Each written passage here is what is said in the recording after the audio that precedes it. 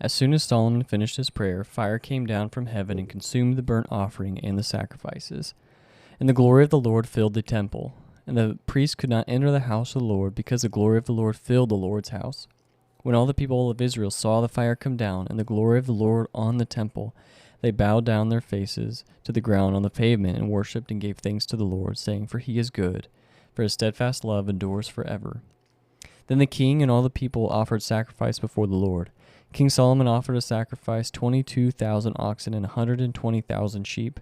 So the king and all the people dedicated the house of God.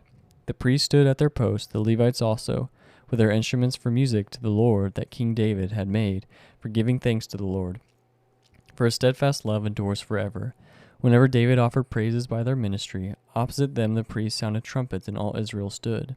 And Solomon consecrated the middle of the court that was before the house of the Lord, for there he offered the burnt offering and the fat of the peace offerings, because the bronze altar Solomon made could not hold the burnt offering and the grain offering and the fat. At that time Solomon held the feast for 7 days, and all Israel with him, a great, very great assembly from Lebo Hamath to the brook of Egypt.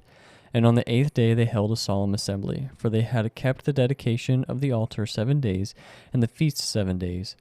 On the 23rd day of the 7th month he sent the people away to their homes, joyful and glad of heart for the prosperity that the Lord had granted to David and to Solomon and to Israel his people.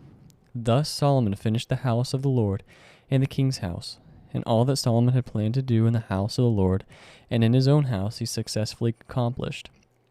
Then the Lord appeared to Solomon in the night and said to him, "I have heard your prayer and have chosen this place for myself as a house of sacrifice.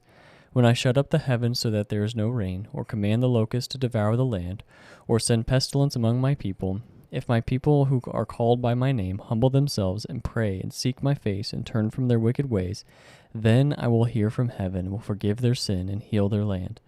Now my eyes will be open and my ears attentive to the prayer that is made in this place. For now I have chosen and consecrated this house, that my name may be there forever. My eyes and my heart will be there for all time.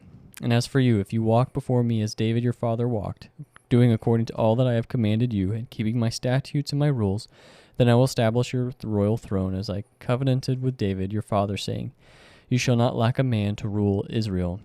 But if you turn aside and forsake my statutes and my commandments that I have set before you, and go and serve other gods and worship them, then I will pluck you up from my land that I have given you, and this house that I have consecrated for my name I will cast out of my sight, and I will make it a proverb and a byword among all peoples. And at this house which was exalted, everyone passing by will be astonished and say, Why has the Lord done thus to this land and to this house? Then they will say, Because they abandoned the Lord, the God of their fathers, who brought them up out of the land of Egypt, and laid hold on other gods and worshipped them and served them. Therefore he has brought all this disaster on them.